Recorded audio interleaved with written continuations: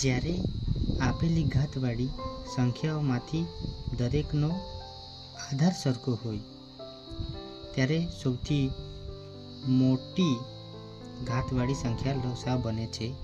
તો અહીં પહેલા નંબરમાં આપણે જોઈએ તો 4 નો 3, 4 નો 2 અને 4 નો 6 તેમજ 4 નો 8 અને 4 નો 12 નો લસાઅ શોધવાનો હોય તો સૌથી મોટી ઘાતવાળી સંખ્યા જોઈએ 4 નો 12.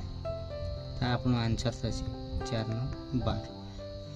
તેમજ અહીં ગુસાઅ શોધવાનો છે તો તેનો જ્યારે આપેલી ઘાતવાળી સંખ્યાઓમાંથી દરેકનો આધાર સરખો હોય, અહીં જોઈએ તો આધાર સરખો છે તો સૌથી નાની ઘાતવાળી સંખ્યા તેનો ગુસાઅ બને છે.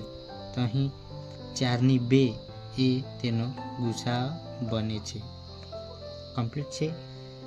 તો તેવી જ રીતે તમારે આ દાખલો ગણવાનો છે 7 ની 2, 7 ની 3 અને 7 ની 10 નો લસાઅ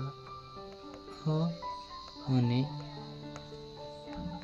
ગુસાઅ તમારે કમેન્ટમાં કહેવાનું છે. Thank you.